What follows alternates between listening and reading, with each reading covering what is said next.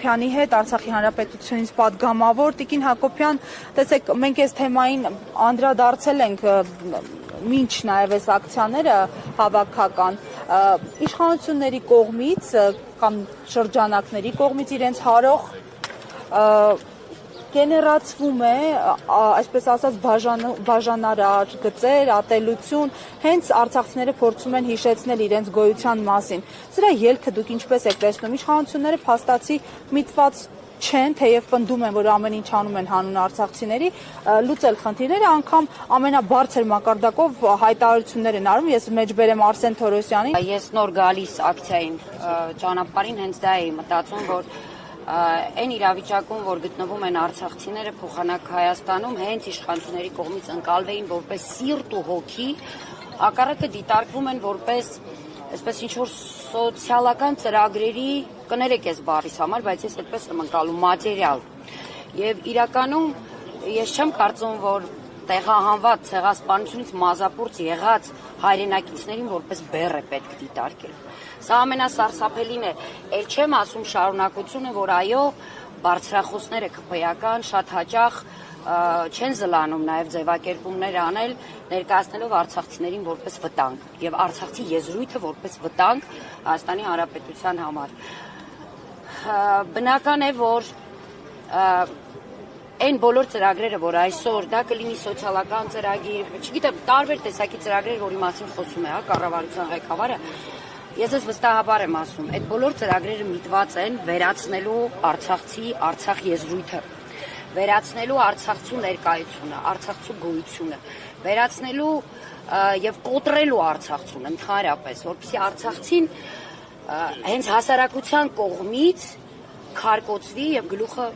կախ մանգա հասարակության մեջ կամ թողնի ուղակի հեռանա Հայաստանից։ Այս ամեն ինչը այդպես է դիտարկվում, բայց իրենք նաև խեղաթյուրում են մեր բոլոր պահանջները։ Մենք երբևէ Հայաստանի կառավարությունից չենք պահանջել փող։ Ես ուղիղ եմ ասում, հա, ամեն ինչ իր անունով եմ ասում։ Մենք չենք պահանջել սեփական բնակարաններ կամ սեփական, չգիտեմ, ունեցվածք այստեղ։ Ոչ, առ այսօր Արցախցու պահանջը առաջին իսկ օրվանից մինչ այս պահը արժանապատիվ կեցության հնարավորությունն է Հայաստանի Հանրապետությունում, մեր հայրենիքի մյուս հատվածում։ Որովհետև ցանկացած արցախցի այստեղ կանգնածներին յուրաքանչյուրին ում կհանդիպեք, եթե հարցնեք, իր երազանքում միայն իր բնորան վերադառնալն է։ Եվ ցավալին այն է, որ մենք մեր հայրենիքի այս հատվածում այս անհայրենիք ենք զգում։ Եվ դա անում են միայն այս իշխանությունները։ Իրենց ամենօրյա տերորի, բռնաճնշումների, այդ խարանի, որ դրել են մեր բոլորի ճակատներին, եւ նաեւ այն ողորմելի վիճակի նկարագրությունը, որ իրենք փորձում են անընդհատ տալ։ Տիկին Հակոբյան, ասիկ բոլոր արցախցիների երազանքը մեկն է վերադարձ հայրենիք, բնորան, այս պարագայում ինչպես եք դիտարկում, արդյոք իրատեսական է այս իշխանության աշխարհաքաղաքական համատեքստում վերադարձի տեսլականը։ Աշխարհաքաղաքական համատեքստի իրավիճակում շատ լավ երևում է հենց տեսլականը վերադարձի, բայց ոչ այս իշխանությունների ներկայությամբ ու գոյությամբ, որովհետև այն նույն հարթակների անունից, երբ կառավարության ղեկավարը խոսում է, որ չկա Արցախի հարց, փակ է Արցախի հարցը, վերջացել է Արցախի հարցը, այդ նույն հարթակներում մեզ բոլորիս ասում են այդ նույն հարթակներից, որ հակառակը արցախցիների հարցը, իրավունքի, վերադարձի հարցը փակված չէ եւ այդ հարթակներում բաց են քննարկումների համար։ Հետեւաբար իհարկե դա մեզ համար ոչ թե զուտ երազանք է կամ հույս, որով մենք ուղղակի ապրում ենք, այլ մենք շատ այսպես իրատեսական ենք համարում եւ տեսնում ենք հենց այն ճանապարհը, որով կան հնարավորություններ վերադառնալու Արցախ։ Բայց ինչ կարգավիճակով Տիկին Հակոբյան, երբ Հայաստանի վարչապետը Արցախը ճանաչեց որպես Ադրբեջանի կազմ, ինչ կարգավիճակով են պատկերացնում արցախայցյան վերադարձը։ Գիտեք, չնայած հենց նույն անձը վերջերս հայտարարում էր, որ միջազգային ողջ հանրությունը տեսնում է Արցախը Ադրբեջանի կազմում, ես կարող եմ հանգիստ նայելով իր աչքերին ասել, որ ինքը ուղղակի ստում է։ Իր հերթական ամպագորգոր ստերից մեկն է, որ ինքը ուղղակի հերանցնում է մեր հասարակությանը, որովհետև Արցախի հարցը միջազգային հանրության համար փակ չէ։ Ղարաբաղի հիմնախնդիրը լուծված չէ։ Դա միանշանակ է, դա փաստում են նույն հենց տարբեր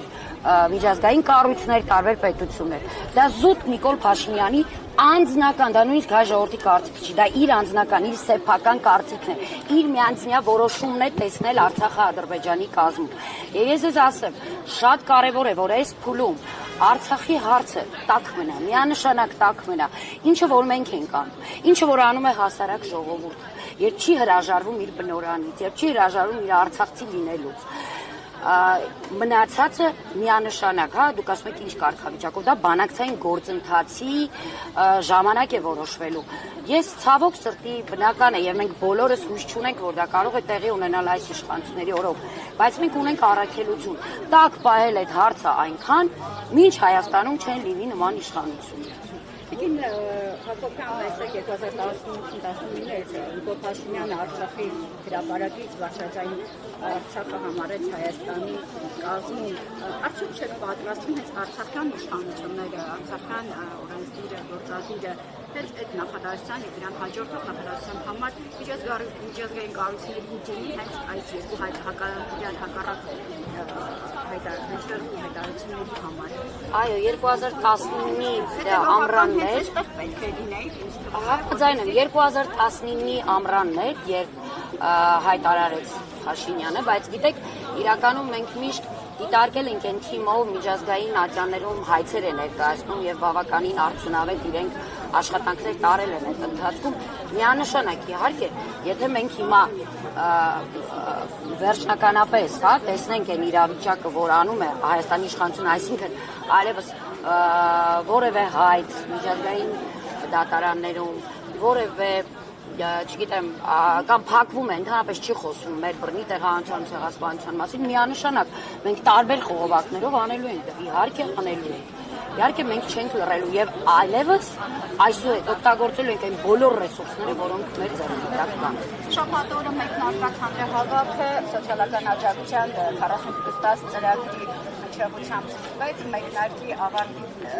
օրվա վերջում արդեն նախաձեռնող խմբի անդամները հայտարարեցին, որ սոցիալական աջակցության այս բողոքի հնչեղությունից կանցնենք քաղաքական գործընթացների, եթե իշխանությունները հայաստանյան պահանջները չբավարարեն։ Ողջույն, այս մասով ինչ չի ասում։ Նախ օրակարգային հիմնականում 3 հարց կար։ Այո, արժանապատիվ կեցության իրավունքի իրացումը մեր հայրենիքի այս հատվածում, որը իր մեջ ներառում է բոլոր սոցիալական ծրագրերի խելամիտ իրագործումը։ Հաջորդը, այդ ամենը մինչ մեր հավաքական վերադարձ, այսինքն հավաքական վերադարձի պահանջ ևս եւ մեր գերիների շուկապույտ վերադարձի ուղղությամբ տարվող աշխատանքներ, հիմնական պահանջները սրանք են եղել միանշանակ եւ խորհուրդը ժամանակ է տվել պատասխան ստանալու համար։ Իհարկե, մենք բոլորս ակնկալում ենք, կարող է լինել երկու պատասխան, կարող է լինել այո, ենթադրենք, հա, չենք բացառում։ Այոյի դեպքում բնական է արդեն այլ ուղղվածություն ունենանք եւ կարող է լինել ոչ։ Ոչի դեպքում բնական է ինչպես որ հայտարարել է խորհուրդը, կլինեն արդեն այլ մոտեցումներ, որը բնականաբար որի մասին մենք խոսենք հիմա դեռևս շուտ է, քանի դեռ պատասխան չենք ստացել։ Ես